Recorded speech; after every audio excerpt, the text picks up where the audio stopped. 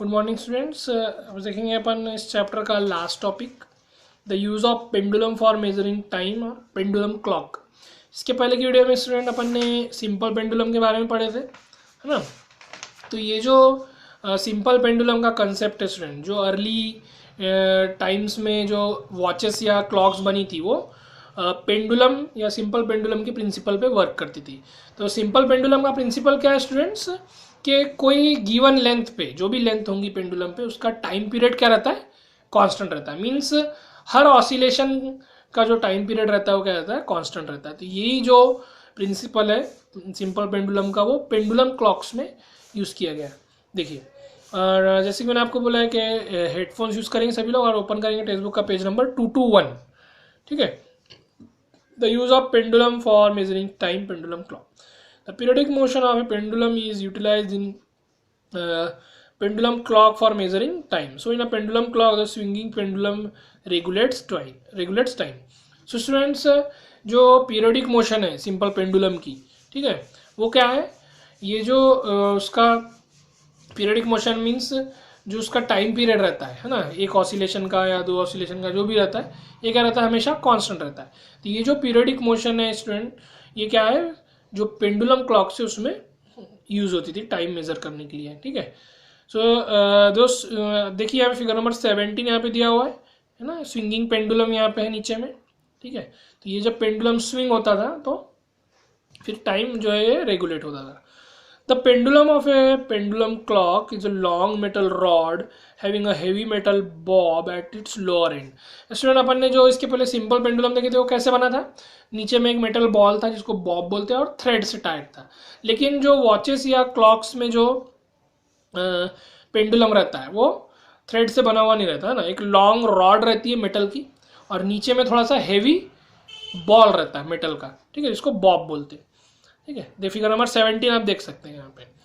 When the lower end of the pendulum is displaced to one side and then released, the pendulum starts swinging left and right continuously. There is a mechanism in the pendulum clocks which does not allow swinging pendulum to stop. अब student देखिए, जैसे आपका जो pendulum clock है वो stop है ना, pendulum को आपने पकड़े और थोड़ा सा उसको साइड में मूव करके रिलीज कर दिए, ठीक है, तो वो क्या हो जाएगा, इस टाइप से स्विंग करना स्टार्ट हो जाएगा, ठीक है। स्विंग करना क्या हो जाएगा, स्टार्ट हो जाएगा। अब स्टूडेंट, जो पेंडुलम क्लॉक्स रहती थी उसके अंदर बहुत सारे मैकेनिज्म्स रहते थे, ठीक है, गियर्स रहते, स्प्रिंग्स रहते और भी बहुत सारे उसमें मैकेनिज्म रहता है कि एक बार अगर आपने पेंडुलम को डिस्प्लेस कर दिए, फिर वो पेंडुलम जो है आपका कभी भी रुकता नहीं हो, कभी भी स्टॉप नहीं होता था, ठीक है। ईच स्विंग और oscillation of pendulum take same time. वो आपने देखे कि पेंडुलम का हर ऑसिलेशन का जो टाइम रहता है क्या रहता है, हमेशा सेम रहता है। मीन्स उसका टाइम पीरियड क्या रहता है, सेम रहता है। The pendulum clock uses this periodic motion of pendulum for measuring time. तो जो पेंडुलम क्लॉक है स्टूडेंट, ये जो पीरियडिक मोशन का जो टाइम था, है ना, ये टाइम मेजर करने के लिए यूज होता था। Actually when the pendulum swings continuously, its upper end drives some toothed wheels which are connected by the suitable mechanism, है ना। The toothed wheels then turn the hours, minute hand and second hand on the dial of the clock, due to which are able to read time. So student, जैसे pendulum एक बार swing हो गया, है ना, तो जब स्विंग होने के बाद इसको क्या है, हर ऑसिलेशन के लिए एग्जैक्ट टाइम लगता था, ठीक है। तो ये जो इसकी स्विंगिंग मोशन है ना, अंदर में क्लॉक के क्या है, टूथ व्हील्स रहते हैं। टूथ व्हील्स मीन्स गियर्स जिसको बोलते हैं, ठीक है। आपने जैसे कार्टून्स में या मूवीज़ में देखे होंगे, हॉलीवुड मूवीज़ में या कार्टून्स में, है ना, ऐसा सिटी में एक बहुत बड़ा पेंडुलम क्लॉक रहती थी, है ना, उसके अंदर जैसे फाइटिंग वगैरह चलती थी या कार्टून्स वगैरह जैसे उसमें एंटर होते थे, ठीक है। तो अंदर में बहुत बड़े बड़े गियर्स ना रोटेट होते हुए दिखते थे, है ना। तो टूथ व्हील्स मीन्स गियर्स, ठीक है। तो एक दूसरे से वो बिल्कुल कनेक्टेड रहते हैं स्टूडेंट्स। जब वो पेंडुलम स्विंग होता था तो वो गियर से अंदर कनेक्ट रहता था और वो जो गियर जो है वो आपका मिनट हैंड, आर हैंड और जो सेकंड हैंड है उसको मूव करते थे, ठीक है, उसको रोटेट करते थे, है ना। और जैसे ये रोटेट होता था उसमें टाइम सेट किया हुआ रहता था, तो वो एग्जैक्ट टाइम उसमें दिखाता था, ठीक है। फिगर नंबर 17 आप देख सकते हैं। अब pendulum clock is shown figure number 17। The pendulum clock are not used much these days. Pendulum clock student अभी आप देखेंगे तो बहुत कम ही दिखाई देंगी, किसी किसी के घर में बहुत पुरानी अगर क्लॉक होंगी तो अवेलेबल हो सकती है, लेकिन जनरली ये यूज़ नहीं होती। The pendulum clocks are big and bulky so they could not be carried everywhere easily. तो स्टूडेंट पेंडुलम क्लॉक्स क्या है, बहुत बल्की रहती थी, है ना, बल्की और बिग, बिग मतलब बहुत बड़ी, और बल्की मीन्स एकदम भारी भरकम रहती थी, क्योंकि उसमें पेंडुलम रहता था, मेटल रॉड और मेटल बॉब की वजह से क्या है, बहुत बड़ी हो जाती थी, बहुत इन्हें हैवी हो जाती थी, ठीक है। तो उसको अपन एक जगह से दूसरी जगह नहीं ले जा सकते थे, है ना।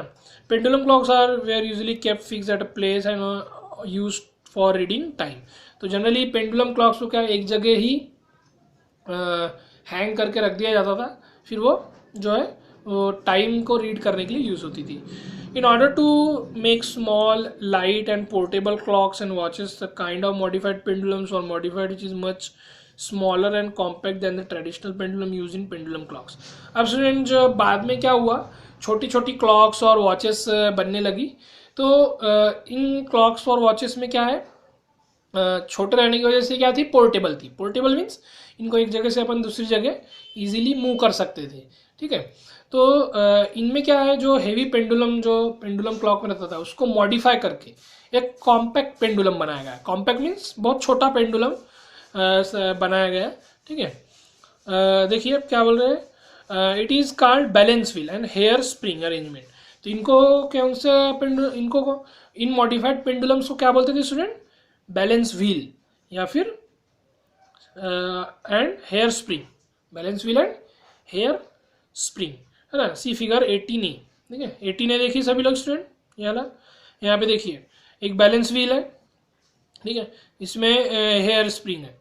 पहले के टाइम पे स्टूडेंट जो वॉचेस आती थी, है ना, अभी तो उसमें बटन सेल रहते हैं छोटे से, पहले की जो वॉचेस आती थी उसमें देखना चाबी भरना पड़ता था। चाबी मीन्स उसमें एक छोटी सी की रहती थी, उसको गोल गोल हर 24 आवर्स में रोटेट करना पड़ता था। तो वो की को जब अपन रोटेट करते थे तो ये जो हेयर स्प्रिंग है ना, ये एकदम टाइटली क्या हो जाता था, स्विंग हो जाता था एकदम, ठीक है। फिर धीरे धीरे धीरे धीरे जब वो स्प्रिंग रिलीज होता था तो ये बैलेंस व्हील क्या होता था, रोटेट होता था। देखिए यहाँ पे बैलेंस व्हील का ऑसिलेशन यहाँ पे एरो दिया हुआ है, देखिए सभी लोग फिगर नंबर 18A में, ठीक है, टेक्स्ट बुक साथ में लेके मैंने बोला हूँ बैठना है आपको, ठीक है। 18A में देखिए ये जो बैलेंस व्हील है ये ऑसिलेशन हो रहा है उसका इस टाइप से, है ना, कभी इधर मूव होता है कभी इधर मूव होता है, ठीक है। तो बहुत छोटे छोटे एकदम बैलेंस व्हील उसमें रहते थे, तो ये हेयर स्प्रिंग क्या करता था, उसको मूव करता था। तो ये जो बैलेंस व्हील की जो ऑसिलेशन होती है इसमें ये एग्जैक्ट टाइम पीरियड रहता था, इसका इक्वल टाइम पीरियड रहता था। तो ये फिर क्या है, बैलेंस व्हील आपका जो मिनट हैंड, आवर हैंड और सेकंड हैंड है उसको मूव करता था। The balance wheel connected to hair spring shows periodic motion. तो ये जो बैलेंस व्हील है स्टूडेंट जो हेयर स्प्रिंग से कनेक्टेड रहता था, हेयर स्प्रिंग्स को क्यों बोला गया है, एकदम हेयर के जैसा स्प्रिंग रहता है, एकदम बारीक, ठीक है। जैसे स्टूडेंट आपके घर में जैसे टॉयज भी होंगे जिसमें चाबी भरते थे, है ना, उसको कभी जैसे टूट जाता है तो आपने देखे होंगे उसमें से एक स्प्रिंग निकलता है ना, वो हेयर स्प्रिंग तो नहीं रहता, थोड़ा सा मोटा रहता है वो, है ना। लेकिन जो क्लॉक क्या एकदम कॉम्पैक्ट रहती है, छोटी सी रहती है, तो उसमें एकदम हेयर जितना बारीक एकदम स्प्रिंग रहता है, ठीक है। तो ये जो बैलेंस व्हील है स्टूडेंट ये पीरियडिक मोशन शो करता है।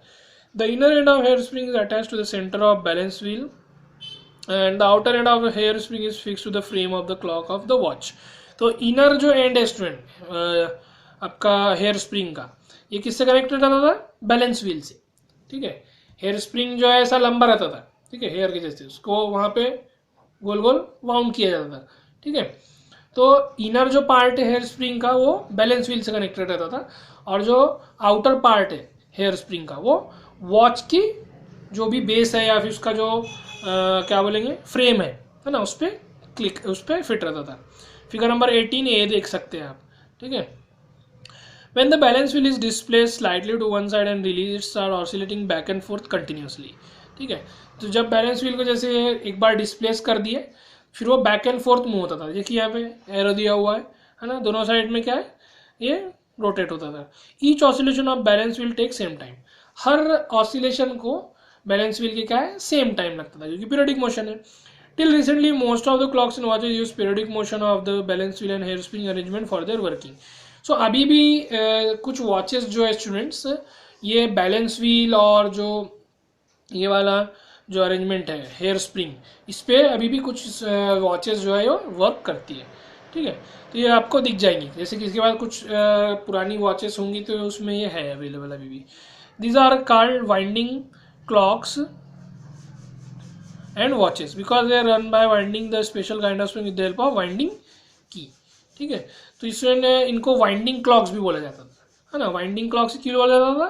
क्योंकि इसमें स्प्रिंग रहता था वाइंड किया हुआ, ठीक है, और वो स्प्रिंग को वाइंडिंग की, मैंने आपको बताया एक चाबी रहती थी उसको वाइंड किया जाता था, गोल गोल उसको घुमाया, हर 24 आवर में उसको वाइंड किया जाता था ताकि वो कंटिन्यूसली वॉच चलते रहे, है ना। फिगर 18B और C में आप देख सकते हैं, देखिए फिगर नंबर 18B और C, है ना। यहाँ पे एक टेबल क्लॉक दी हुई है ना। ऐसी क्लॉक भी बहुत सारे घर स्टूडेंट आप लोगों के घर पे होंगी, जो पुरानी क्लॉक्स होंगी, है, जिसमें ड्राई सेल नहीं लगता, ठीक है। अभी तो क्या है, पूरी ड्राई सेल या डिजिटल क्लॉक्स आ गई है, ठीक है।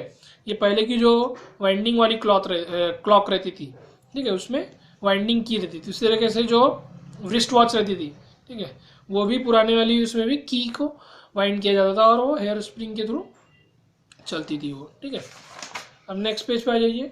Even the winding type clocks and watches are not use this days, they have been replaced by quartz clocks and watches, है ना। अभी भी जो वाइंडिंग क्लॉक्स वाली स्टूडेंट जिसी के घर में पुरानी एक आध होंगी तो मिल जाएगी, लेकिन ये यूज नहीं होती है अब, ठीक है। इनकी जगह क्या आ गई? Quartz clocks and watches. Quartz, ठीक है, क्वार्ट्स क्या है? क्रिस्टल रहता है, ठीक है, वो वाइब्रेट होता है, ठीक है। तो देखेंगे उसके बारे में अगर आप आगे पढ़ने वाले देखिए।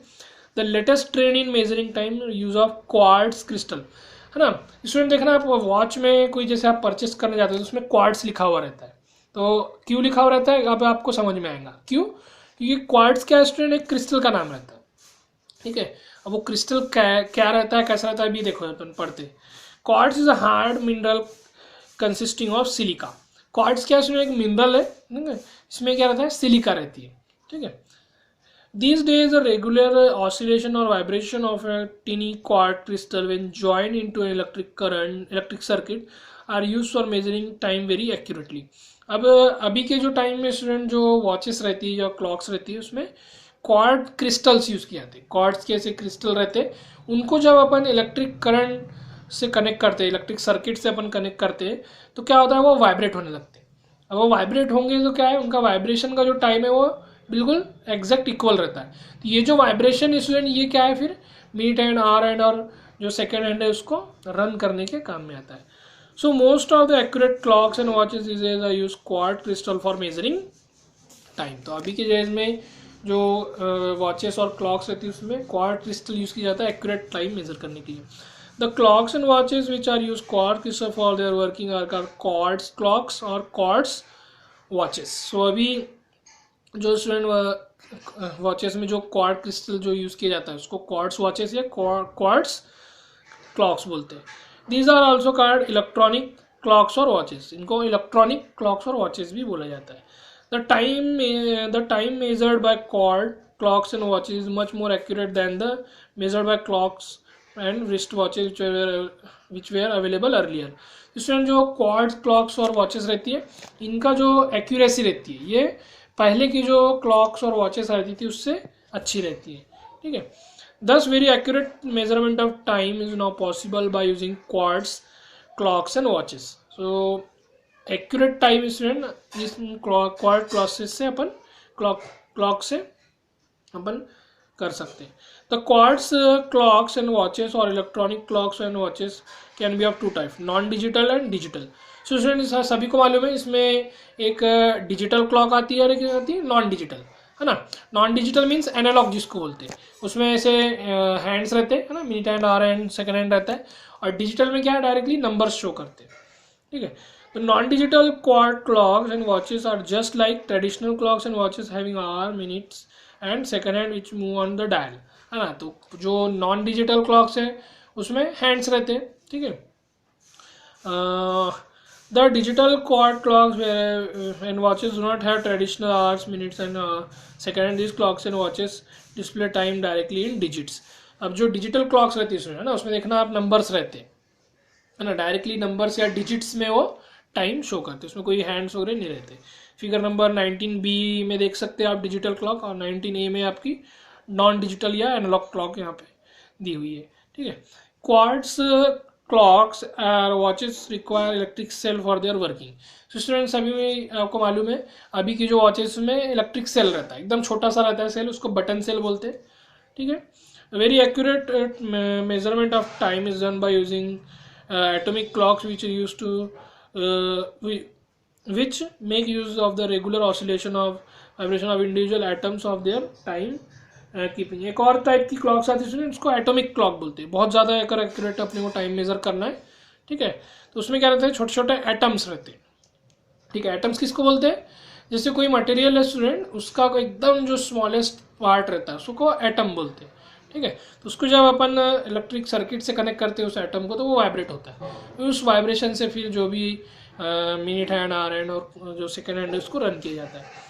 The smallest time interval that can be measured with commonly available clocks and watches is 1 second. तो स्टूडेंट अभी जैसे वॉचेस अपन जो वियर करते हैं, रिस्ट वॉचेस हो गई या घर पे जो क्लॉक्स या वॉचेस रहती है, वो क्या है जनरली मिनिमम 1 सेकंड मेजर करती है। 1 सेकंड से कम मेजर करती है क्या, नहीं। Special clocks and watches are however now available which can measure time interval much smaller than the second accurately. लेकिन अभी कुछ ऐसी वॉचेस भी आ गई है जो 1 सेकंड से भी छोटा अगर अपने को टाइम मेजर करना है, मिली सेकंड, माइक्रो सेकंड हो गया या नैनो सेकंड हो गया, ठीक है, तो वो भी क्या है मेजर कर सकते हैं। तो clocks and watches use sport meets can measure time intervals in 1/10 of second और 1/100 ऑफ द सेकंड। अब जो स्टूडेंट स्टॉप वॉच की यूज़ की जाती है स्पोर्ट्स में, सभी को मालूम है ना।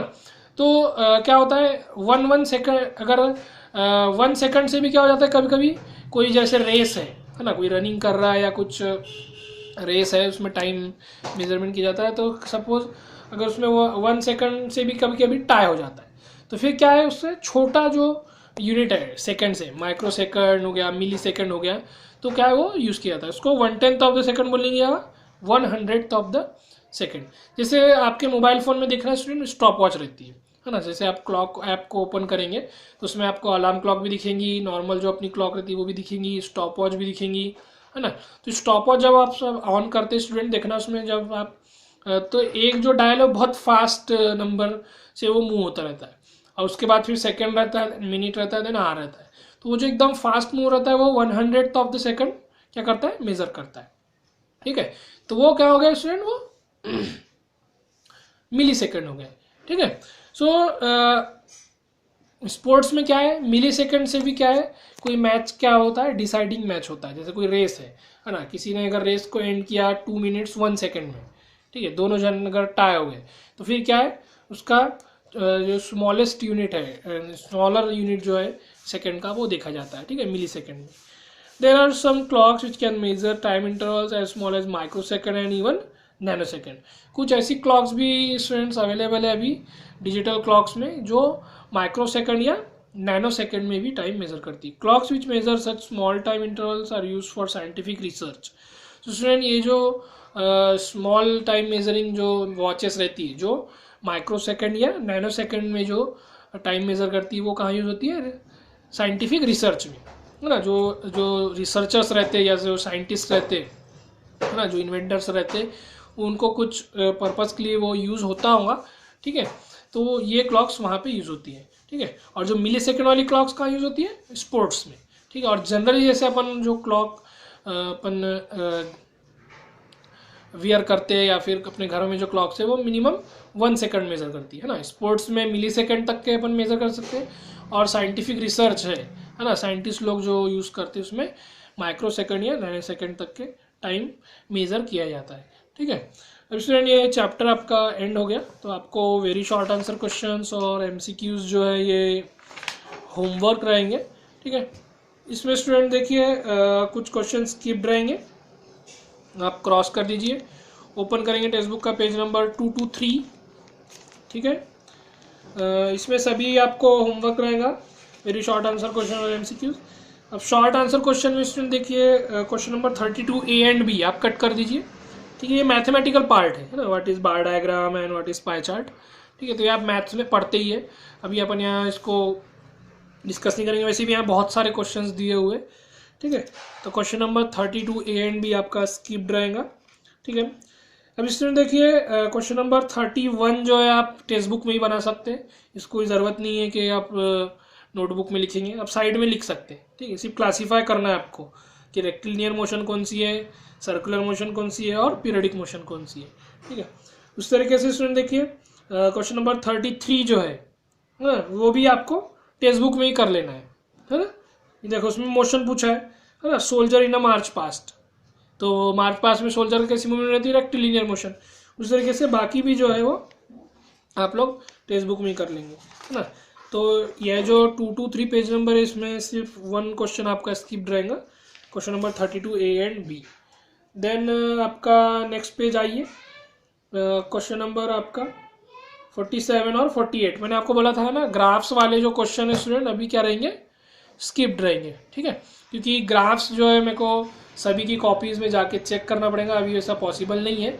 जब जैसे फॉर एग्जांपल स्कूल ऑन हो जाती है ना, तो गवर्नमेंट का तो ऑर्डर आ गया है ना, 27 जनवरी से 5 to 8 की जो क्लासेस है वो स्टार्ट होंगी, ठीक है। फिर अपनी स्कूल कब स्टार्ट होती है आपको जब भी नोटिस दिया जाएगा, ठीक है। तो अभी फ़िलहाल के लिए क्वेश्चन नंबर 47 और 48 जो है ना ग्राफ वाले ये जो क्वेश्चन है ये भी स्किप्ड रहेंगे, ठीक है। सो स्टूडेंट्स आप लोग सभी ये होमवर्क कर लीजिए। नेक्स्ट वीडियो में अपन देखेंगे new chapter number 14 electric current and its effect. कोई डाउट अगर होगा स्टूडेंट इस जो टॉपिक मैंने आज के वीडियो में पढ़ाया तो आप कमेंट बॉक्स में कमेंट कर सकते हैं, या फिर से वीडियो आप देखेंगे तो भी आपको समझ में आ जाएगा, ठीक है। तो आज के लिए इतना ही, थैंक यू, बाय।